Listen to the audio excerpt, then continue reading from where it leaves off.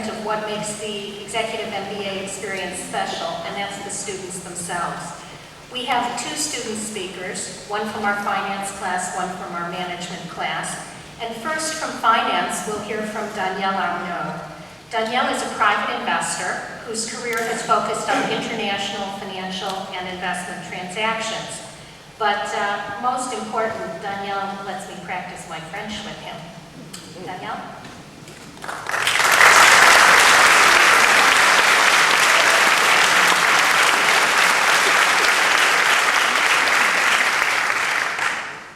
Distinguished member of the faculty, families and friends, dear fellow graduates. It feels good to finally speak out after listening for 2 years. My perception of this program is one from a foreign student, self-financed, and also a bit of an outlier in the age distribution of the class. But about standard deviation. I will tell you the 3 goals that I had set for myself when I decided to apply, and to which extent those goals have been met. My first objective was the total elimination of my French accent. As you can hear, this goal has not been met. My peers in class never made the effort to correct my pronunciation, and worse, when they spoke with me, they themselves attempted to speak with a French accent.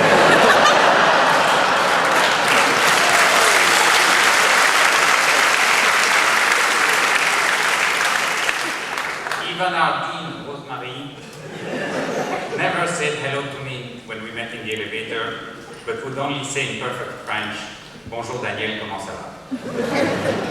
As for the diversity of the class, apart from wondering why there were so many Greeks and Russians, and only one Belgian, we nevertheless all enjoyed the air of diversity and acceptance that was apparent. Not just the cultural differences, but the variety of uniquely individual minds. My second objective was to get rich quickly. After all, the Nasdaq was at 4,500 when we applied. This is New York, this is Wall Street, and I thought that all those finance gurus from the Stern School would be able to teach me a few tricks, not only to pay back my tuition in a matter of weeks, but beyond that, to get wealthy enough so that I could retire by the end of the program. In fact, at that time, the image I had of the typical finance teacher was that of a wealthy person, chauffeured to the school in a stretch limo, wearing Ferragamo shoes, and a Rolex watch showing the time both in Palm Beach and Verbier. Then, Professor Melnick entered the class.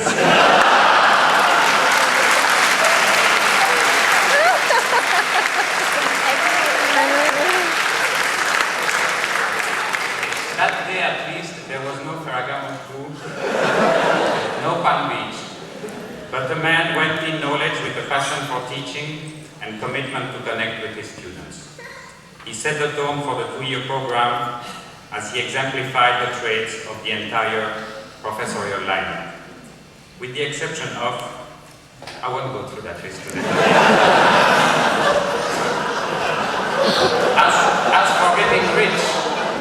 As for getting rich, if you survey the finance students on how well they did with their personal investments in the last 2 years, you wonder what they have learned.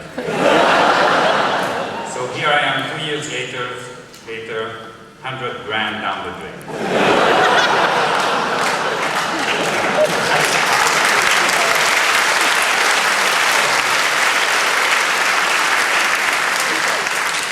I feel that the people who have asked me to speak are having regretted.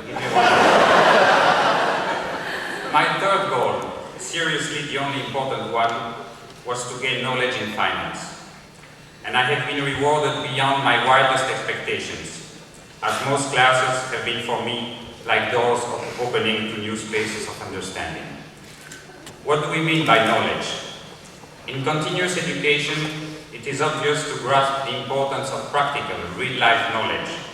But I was looking for more than that, and was very pleased with the balance between the practical and theoretical approaches of the curriculum. is often discounted to mean lacking application or no practical use. I found out from my professional career so far that this is not true, as the understanding of concepts at a deep level is a very powerful advantage in business and of great personal benefit in your career.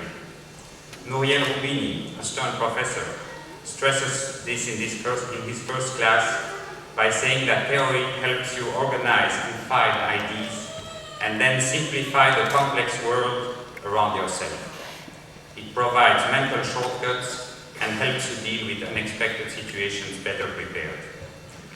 The finance and other theories that we have covered will be, I am sure, among our most marketable skills.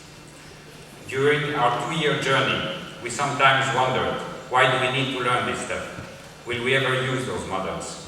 Is this not too academic?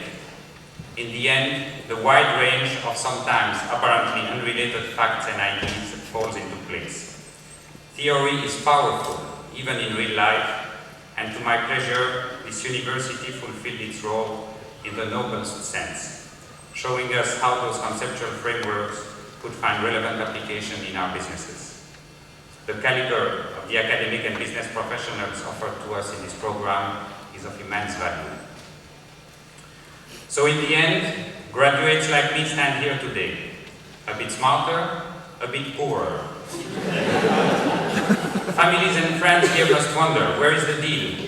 You do not necessarily need a smarter partner at home who can abruptly end any discussion with a condescending look and tell you at any time, I just know that's it, trust me. You definitely do not need to be poorer. The deal, the dream lies ahead. It's all about what each of us decide to do with what we learn.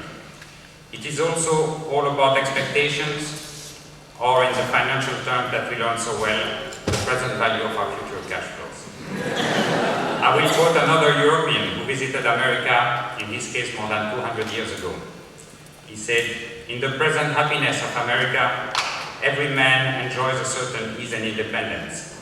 And if some individuals have a smaller portion than others, it does not matter, because they are so surrounded by resources and opportunities that their future status is considered more important than their present situation. The Marquis de Chastelu wrote this in 1782, when, by the way, he was serving in the French expeditionary force to fight at the American side against the really common enemy, Britain.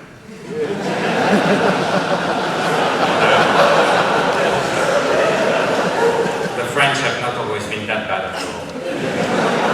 In one word, to me this program represents America at its best. Thank you to the faculty for the thought-provoking knowledge, to a wonderful and caring administration staff, to all graduates for the friendship and interaction, to families and friends for your support, and also to all the people who made this school possible with their donations, starting with the mysterious Mr. Stern, who endowed this school with a $30 million check some years ago. I am sure one day you will all be able to do the same. And thank you to Lorraine for helping me with my speech. Merci, bonsoir.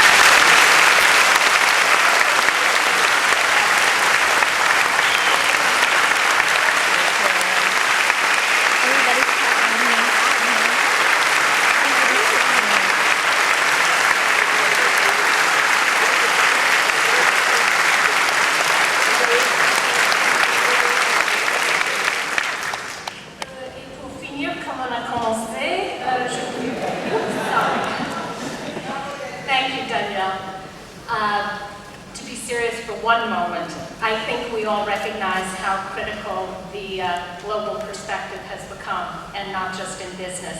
And we are truly privileged to have students and now graduates of Danielle's breadth and sophistication. Thank you. Now from the management